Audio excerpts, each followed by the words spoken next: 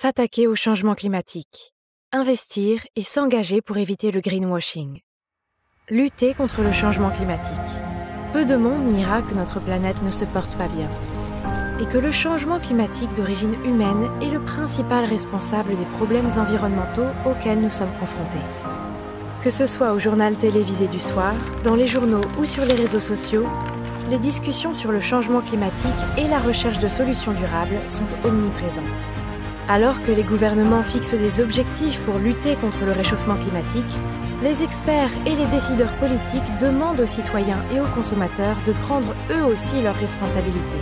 Mais les efforts des citoyens et des ménages ne suffiront pas si l'industrie et l'agriculture continuent à polluer à grande échelle et peinent à réduire leurs émissions, sans offrir de solutions alternatives aux consommateurs. Pire encore, des entreprises se livrent au greenwashing, dit éco-blanchiment, rendant ainsi la tâche encore plus difficile aux consommateurs. Le greenwashing, cette pratique consistant à commercialiser un produit en le présentant comme respectueux de l'environnement, alors qu'en réalité les normes environnementales de base n'ont pas été respectées, peut prendre de nombreuses formes, telles que des étiquettes trompeuses, des allégations scientifiques vagues ou non fondées, des slogans sans signification, etc. Mais ayant toujours pour but de faire passer un produit ou une entreprise pour plus écologique et plus responsable socialement qu'il ne l'est réellement. À cet égard, le secteur financier n'est pas épargné.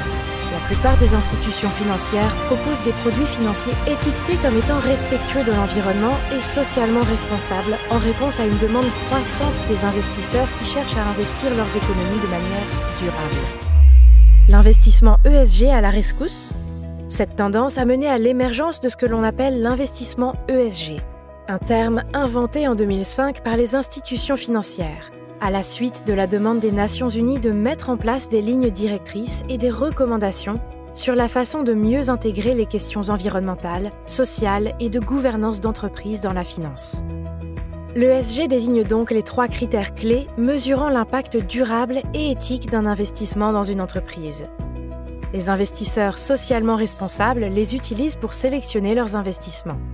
Les produits financiers sont légèrement différents des produits plus tangibles, dans la mesure où leur notation ESG repose généralement sur les références environnementales des entreprises qui y sont liées, mais ne sont donc pas moins sujets au greenwashing.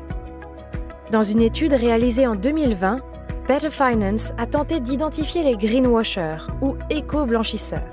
Mais cela s'est avéré impossible en raison d'importantes divergences entre les différentes notations ESG. Comment cela est-il possible ? Le principal problème est l'absence de consensus sur ce qui constitue réellement un investissement durable, et donc sur l'application des critères ESG. Cela laisse beaucoup de place à la manipulation, et donc au greenwashing. Le problème des notations ESG. Très peu d'entreprises, voire aucune, ne peuvent être considérées comme des citoyens modèles avec un bilan environnemental et social parfait qui ne produisent aucune émission. Les classer selon les critères ESG est un exercice d'équilibre compliqué qui doit prendre en compte d'innombrables aspects différents.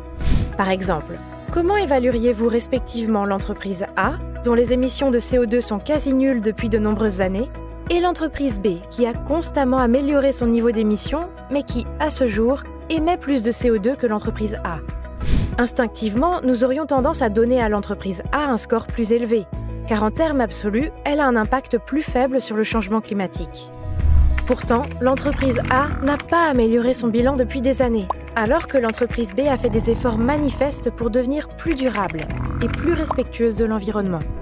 De plus, le fait que les fournisseurs de notation ESG déterminent souvent les performances ESG en comparant une entreprise à ses pairs du secteur industriel plutôt qu'aux acteurs de l'économie globale complique encore les choses. Cela est trompeur car, comparé à ses concurrents d'un même secteur, une entreprise produisant des combustibles fossiles peut obtenir une meilleure note qu'une autre, pourtant axée sur les énergies renouvelables, par exemple l'énergie éolienne. Mais qu'en est-il de l'investisseur individuel soucieux de l'environnement et de la société ? Ne vous dessaisissez pas, engagez-vous. Il est essentiel que les notations ESG soient fiables pour éviter le greenwashing, mais c'est plus facile à dire qu'à faire.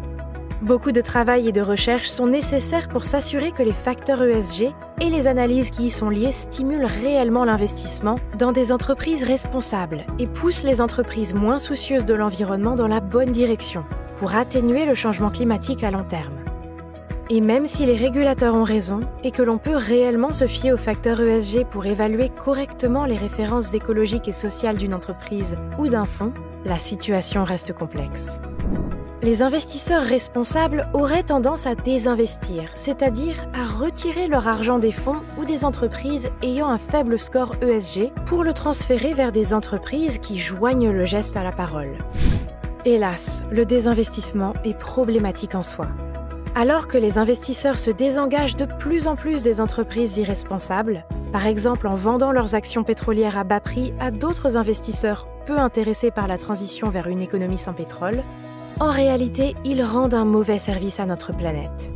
Au contraire, les investisseurs devraient s'engager auprès des entreprises dans lesquelles ils sont investis, conserver leurs actions pétrolières et utiliser leur droit de vote en tant qu'actionnaires pour pousser ces compagnies pétrolières à accélérer leur transition énergétique. Engagez-vous, ne désinvestissez pas et évitez complètement le greenwashing. Il est clair qu'il y a encore beaucoup à faire avant de pouvoir s'attaquer de front au greenwashing. Mais en attendant, que peuvent faire les citoyens et les investisseurs soucieux de la société et de l'environnement pour investir durablement et éviter le greenwashing ? Tout d'abord, les investisseurs individuels devront faire leur devoir en regardant au-delà des appellations des produits et des allégations commerciales accrocheuses. Si vous souhaitez investir dans un fonds, lisez ses objectifs et vérifiez les 10 principaux investissements ou entreprises énumérés dans la fiche d'information du fonds pour déterminer si vous souhaitez que votre argent les soutienne ou non. Vous pouvez également vérifier si un gestionnaire de fonds cherche activement à influencer le comportement des entreprises ou s'il s'est engagé auprès d'elles en votant sur des questions relatives à l'entreprise ou en remettant en question la gestion, ce qui est indiqué dans les rapports périodiques, et voir si cela correspond à vos priorités et préférences. Ce ne sont là que quelques mesures que tout investisseur individuel peut prendre pour atténuer le risque de greenwashing et faire en sorte que son argent ait un impact. Mais ce n'est pas tout. Au lieu d'attendre des informations ESG fiables à 100%, fondées sur des normes de durabilité solides, vous pouvez, en tant que citoyen de l'Union européenne ou fournisseur de produits honnêtes, prendre les choses en main et signaler les fausses allégations écologiques à vos autorités nationales compétentes. Après tout, le greenwashing et les allégations trompeuses en matière de durabilité ou d'ESG constituent des cas de fausses déclarations, d'étiquetage et de vente abusive, ainsi que de concurrence déloyale.